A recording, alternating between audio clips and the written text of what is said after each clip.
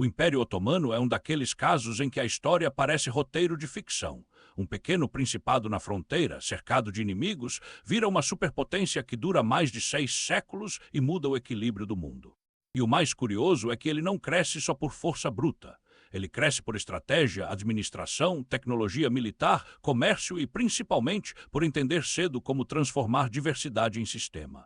Hoje a gente vai contar a história do Império Otomano, do surgimento no fim do século XIII até o colapso depois da Primeira Guerra Mundial, e entender como uma potência que controlou 3 continentes se tornou, no fim, o doente da Europa. Para começar do começo, Otomano vem de Osman, ou Osman em português às vezes aparece assim, que é o fundador simbólico da dinastia. Por volta de 1299, Osman lidera um pequeno grupo turco na Anatólia, numa região que era fronteira entre o mundo muçulmano e os restos do Império Bizantino. Esse detalhe é crucial. Fronteira é lugar onde o poder muda de mão com frequência, onde a guerra é constante e onde surgem líderes que entendem de sobrevivência. Os otomanos nascem como um desses grupos de fronteira, os Gazi, guerreiros que se enxergavam como combatentes da fé, mas que também tinham um forte incentivo econômico. Conquistar território significava terra, tributo e prestígio.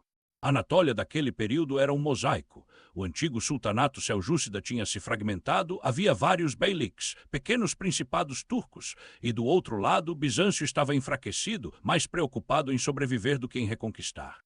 Nesse caos, os otomanos fazem algo muito esperto. Eles crescem por etapas, absorvendo rivais, fazendo alianças, casando politicamente e, quando necessário, esmagando concorrentes.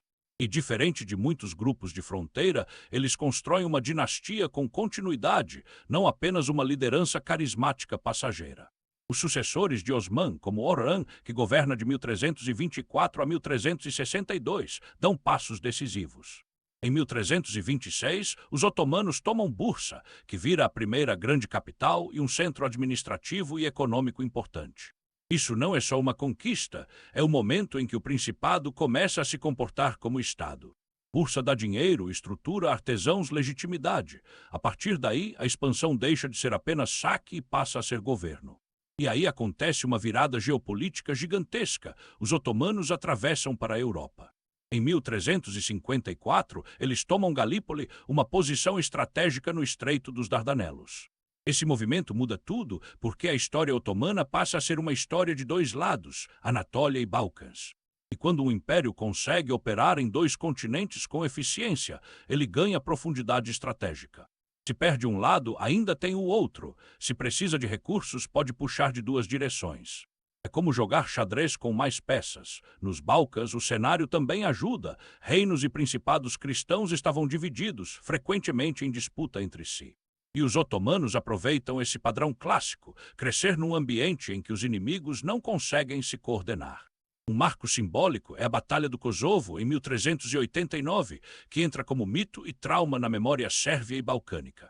Mesmo que os detalhes sejam complexos e a vitória não seja limpa, o efeito político é claro. Os otomanos consolidam presença e transformam vários atores locais em vassalos ou em alvos inevitáveis.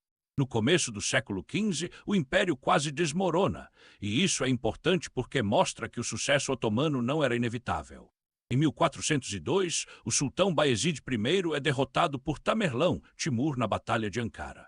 Bayezid é capturado e o império entra num período de crise e disputa interna conhecido como Interregno Otomano. Por alguns anos parece que tudo vai se fragmentar, só que os otomanos fazem algo raro, eles se recompõem. Mehmed I reunifica e reorganiza. Esse momento é tipo teste de estresse. Um império que sobrevive a uma crise dessas tende a sair mais duro, mais experiente e mais centralizado. A partir daí, o projeto volta com força e então chegamos ao evento que todo mundo conhece, 1453. O sultão Mehmed II, que vai ficar conhecido como o Conquistador, decide atacar o grande símbolo do mundo cristão oriental, Constantinopla. O Império Bizantino já estava enfraquecido, mas a cidade ainda era uma fortaleza lendária. A diferença agora é tecnologia e escala. Mehmed traz canhões enormes capazes de quebrar muralhas que resistiram por séculos. E ele combina isso com estratégia, logística e uma obsessão total pela vitória. Quando Constantinopla cai em 29 de maio de 1453, não é apenas a tomada de uma cidade. É um reposicionamento do mundo. Mehmed transforma a cidade na capital otomana. E aí acontece uma genialidade política. Ele não destrói Constantinopla, ele reaproveita. Ele restaura, repovoa, reorganiza. Constantinopla, que vai ser chamada de Istambul ao longo do tempo, vira o centro de um império islâmico, sim, mas também herdeiro de uma tradição imperial romana e bizantina. Mehmed se vê como César dos romanos. Ele não quer ser só chefe tribal vitorioso. Ele quer ser imperador no sentido clássico. Agora, como o Império Otomano conseguiu administrar tanta diversidade, aqui entra o ponto que muita gente esquece: império duradouro precisa de mecanismos de integração. Um deles foi o sistema de comunidades religiosas, conhecido mais tarde como Millet.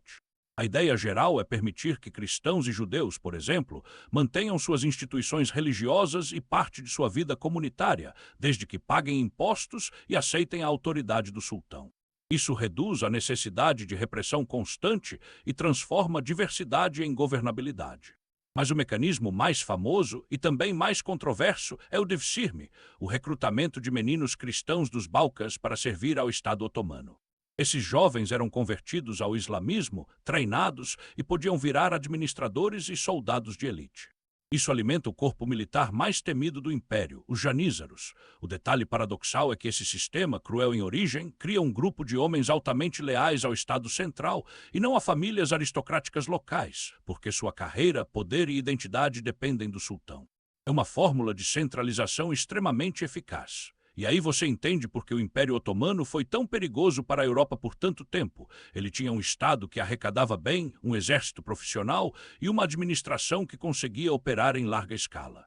Muitos reinos europeus, naquele período, ainda dependiam de nobres, milícias e alianças instáveis. Os otomanos não, eles tinham máquina. No século XVI, o Império Otomano entra no auge com um nome, Suleiman o Magnífico, que reina de 1520 a 1566. No Ocidente, ele é o Magnífico. No mundo otomano, ele é também o legislador, porque seu governo consolida leis e administração.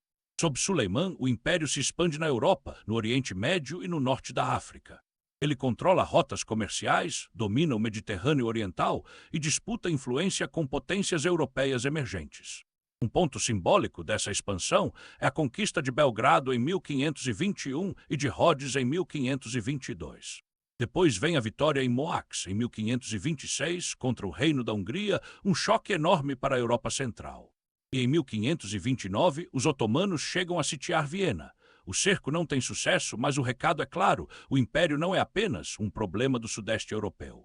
Ele é uma potência que bate na porta do coração do continente. No mar, o império também é forte.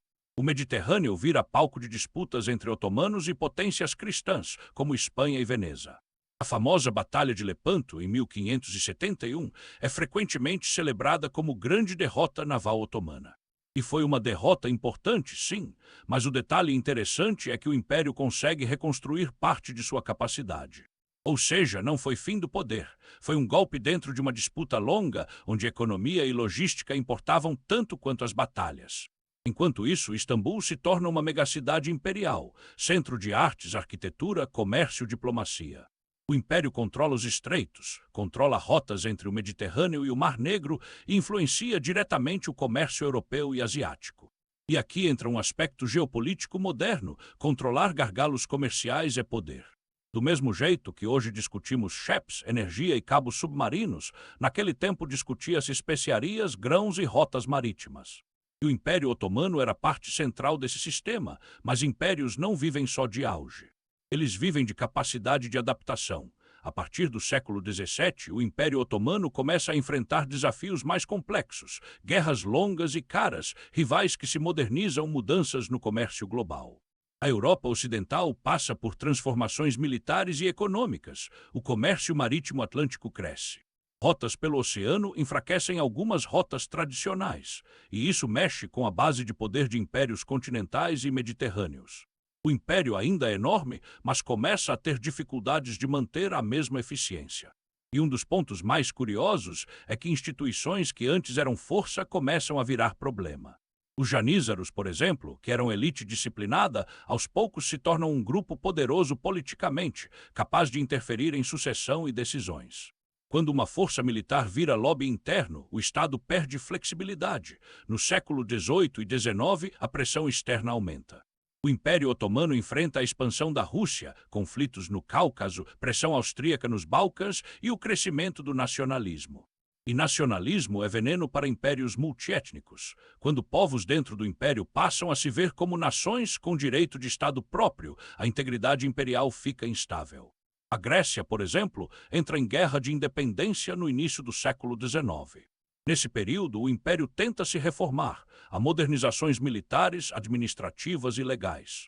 Um marco importante são as reformas do Tanzimat, a partir de 1839, tentando centralizar, modernizar e reorganizar o Estado, criando igualdade legal maior entre súditos, reformando impostos e burocracia. É um esforço real de adaptação, mas reformar um império desse tamanho é como reformar um avião em pleno voo, com gente brigando dentro da cabine. E aí surge o apelido cruel, o doente da Europa. Não porque o império fosse fraco de repente, mas porque ele parecia estar sempre em crise, perdendo território, enfrentando intervenção de potências europeias que, ao mesmo tempo, dependiam dele e queriam vê-lo fragmentado. Era um jogo de hipocrisia geopolítica. Todo mundo dizia querer estabilidade, mas todo mundo queria um pedaço. No começo do século XX, o Império enfrenta turbulências internas fortes. Movimentos reformistas, como os jovens turcos, tentam reorganizar o Estado. Só que o mundo está entrando numa fase ainda mais brutal, a Primeira Guerra Mundial. O Império Otomano entra na guerra ao lado das potências centrais, e isso se mostra desastroso. Há campanhas famosas, como Galípoli em 1915, onde forças otomanas conseguem resistir a uma invasão aliada, e isso entra como um momento de orgulho militar. Mas, no geral, o Império sofre em várias frentes e se esgota. Ao fim da guerra, em 1918, o Império está arruinado. Territórios são ocupados, tratados impõem condições duras e o mundo otomano se desmonta. O que resta é o núcleo anatólico, que vira palco de uma guerra de independência liderada por Mustafa Kemal Atatürk. Em 1922, o sultanato é abolido. Em 1923, nasce a República da Turquia. E em 1924, o califado é abolido. O Império Otomano, oficialmente, deixa de existir. Um Estado que começou como um pequeno beylik em 1299 termina como república moderna em menos de um século de transformação acelerada. E aqui vem o fechamento com a grande lição. O Império Otomano foi uma potência porque entendeu cedo que império não é só conquista. É administração, logística, diplomacia e capacidade de integrar diversidade. Ele dominou porque tinha máquina estatal. Ele caiu porque o mundo mudou, porque rivais se industrializaram e porque as ideias de nação e soberania começaram a explodir impérios multiétnicos por dentro. Mas o legado otomano é gigantesco. Ele moldou fronteiras, culturas, cidades, culinárias, línguas e religiões em uma faixa enorme do planeta. Influenciou o Oriente Médio moderno, os Balcãs, o norte da África e, de forma indireta, a própria Europa, que se definiu muitas vezes em oposição ou em negociação com os otomanos. E talvez o detalhe mais simbólico de todos, a cidade que caiu em 1453 não virou ruína. Ela virou capital de outro império. Constantinopla virou Istambul. O centro de gravidade apenas mudou de mãos. Isso é história em estado puro. O poder não desaparece, ele troca de dono. Se você curtiu esse episódio e quer continuar a série Impérios em 15 minutos com essa pegada mais densa, curta o vídeo e se inscreva no Filhos de Heródoto. No próximo episódio, a gente pode ir para um império que dominou os mares, não as terras, o Império Britânico. Ou, se você preferir, a gente segue para o Império Mongol, o maior império contíguo da história.